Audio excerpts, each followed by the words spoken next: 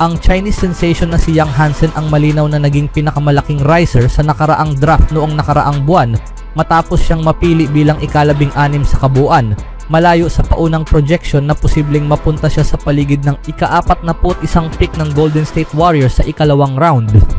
Sa katunayan, nagsagawa si Young ng workout kasama ang Warriors bago ang draft, ngunit hindi siya nag-aksaya ng oras para ipahiya ang mga ito sa nakagugulat na panalo ng Trail Blazers sa kanilang Summer League opener ngayong araw.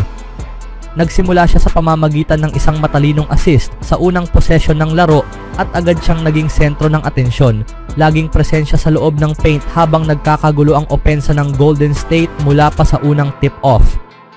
4 na puntos lamang ang naitala ng Warriors sa unang 8 minuto ng laro at kahit na bumawi sila upang makalapit sa loob ng 7 puntos sa ikalawang yugto, naging isang bangungot pa rin ang kabuuang laban na sinundan ng 2 sunod na pagkatalo sa pagtatapos ng California Classic.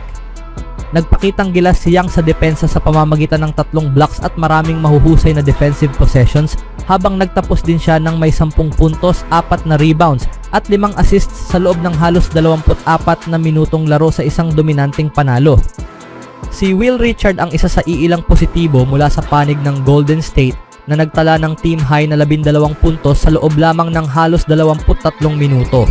May dagdag din siyang 4 na rebounds, 2 assists at 3 steals. Sa kabilang banda, si Alex Tuhey, isa ring late second round pick, ay nagpakita ng hindi kapanapanabik na performance. Kahit nakashoot siya ng isang 3-point shot at isang running layup sa mga huling minuto, kapansin-pansin pa rin ang kanyang hindi gaanong epektibong laro. Si Jackson Rowe ay may 12 puntos, ngunit si Taron Armstrong marahil ang pangalawang pinakamagandang performance para sa Warriors kasunod ni Richard.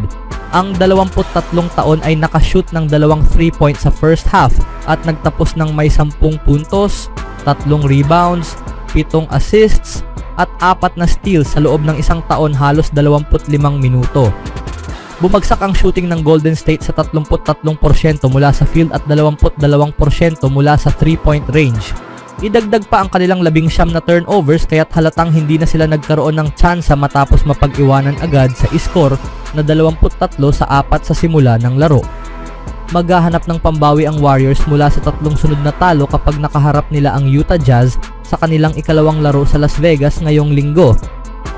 Sa sumunod na balita naman, nalito ang ilang fans ng Golden State Warriors matapos ang second round ng NBA draft noong nakaraang buwan nang makita nilang ipinagpalit ng prangkisa ang ika-41 pick sa Phoenix Suns kapalit ng ika-52 at ika-59 na pick. Sa huli, pinili ng Warriors ang Australian forward na si Alex Tuhey bilang ika-52 at muling umakyat sa draft upang makuha si Will Richard sa ika-56, ngunit may ilang fans na mas nanaising hindi na lang sana ipinamigay ang orihinal na pick na ginamit ng Suns upang kuhanin ang sharpshooter na si Kobe Bryant. Nagningning si Kobe Bryant para sa Suns sa kanyang Summer League debut. Isang Summer League game lang ang kinailangan upang mukhang lalo pang kaduda-duda ang trade at magdulot ng maagang panghihinayang sa mga fans. Dala ni Bryant ang kanyang reputasyon bilang mahusay na shooter pagdating pa lang sa Las Vegas kung saan agad siyang sumabog sa scoring habang nagtala ang Suns ng impresibong panalo laban sa Washington Wizards. Bagamat marami ang sabik makita si Khaman Maluach, ang prize draft pick, maaaring si Bryant pa nga ang mas kapansin-pansin matapos ang 12 puntos sa first half at kabuo ang 19 na puntos sa laro sa mainit na shooting mula sa field at 3-point range. Hindi rin basta patikim lang ang mga numerong iyon dahil si Bryant ay kinikilala bilang isa sa mga pinakamahusay na pure shooter sa buong draft class. Nag-shoot siya ng 43% mula sa 3-point line noong nakaraang season sa Kentucky.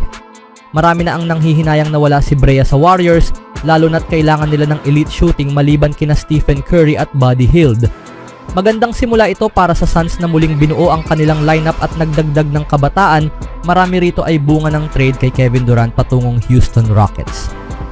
Natapos ni Maluach ang kanyang debut game na may 14 na puntos, 5 rebounds at 2 blocks, habang si Ryan Dunn nasa ikalawang taon ay nagtala ng 17 puntos, 5 rebounds, 4 assists at 2 steals. May isa ring pamilyar na mukha sa panig ng Suns sa kanilang starting point guard, si Yuri Collins, former guard ng Warriors sa Summer League at G League, na nagtala ng 9 na punto, 4 na rebound at 6 na assist sa panalo. Samantala, kasalukuyang naglalaro ang Warriors sa kanilang unang laban sa Las Vegas matapos ang 3 laro sa California Classic, ngunit nagkaroon sila ng bangungot na simula matapos maiwan agad sa score sa unang quarter laban sa Portland Trail Blazers. Speaking of Warriors, naipit sila ngayong buong summer dahil sa hindi pa rin nare-resolbang sitwasyon ni Jonathan Kuminga, habang ang ibang teams sa liga ay gumawa na ng mga makabuluhang pagbabago sa kanilang mga roster. Si Mike Dunleavy ay wala pang ni isang opisyal na hakbang ngayong off-season. Sabik na naghihintay ang Dub Nation kung kailan babagsak ang Kuminga domino, lalo na't may mga lumulutang na spekulasyon ng sign and trade scenario. Pero mukhang may ibang plano si Dunleavy tungkol sa hindi tiyak na kinabukasan ng forward. Sa kanyang huling pagdalo sa Summer League, binalikan ng GM ang kahangahangang performance niya sa playoffs noong wala si Stephen Curry. Ayon sa kanya, sa tingin ko ay medyo naging mahirap iyon para sa kanya, pero nung nawala si Steph, siya ang humakbang at kapuri-puri iyon. At totoo nga, karapat dapat ang papuri kay JK dahil nag-average siya ng 24 na puntos sa huling 4 na laro ng Western Conference Semifinals laban sa Timberwolves, sa kabila ng hindi pare-parehong minuto ng paglalaro mula kay Coach Steve Kerr buong season. Isang malaking dahilan kung bakit gusto ko siyang ibalik, pahayag ni Dunleavy na malinaw na nagpapahiwatig ng kagustuhang muling pirmahan si Kuminga. Maging sa kanyang end of season interview, kaparehong damdamin ang ipinahayag niya. Tungkol sa pagbabalik niya sa susunod na season, talagang interesado kaming gawin yon. Maliwanag, hindi tutol si Dunleavy sa posibilidad na manatili si JK sa Golden State. Sa katunayan, maaaring ito lang ang practical na option sa ngayon dahil hindi makahanap ng kapalit ang Warriors na sapat ang halaga para sa kanya dahil na rin sa base year compensation rules. Ayon sa veteranong analyst na si Zach Lowe, gusto ng Warriors ng tunay na kapalit tulad ng isang maayos na batang player o first round pick.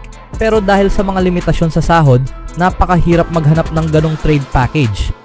Dahil dito maaring mapilitan si Dunleavy na muling pirmahan si JK ng bagong kontrata kahit pa plano niyang i-trade ito sa mid-season kapag pwedeng isama ang buong sahod niya sa trade upang makakuha ng sapat na kapalit.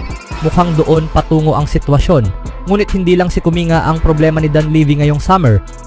Habang nakatuon sa issue niya, kailangan ding ayusin ni Dunleavy ang roster sa paligid ni na Stephen Curry, Jimmy at Draymond Green upang makipagkompetensya para sa isa pang kampeonato. May mga ulat noon na interesado ang Warriors kay Al Horford, ngunit ngayon ay nahaharap na ang veteranong center sa desisyon kung magre-retiro o lilipat sa ibang teams.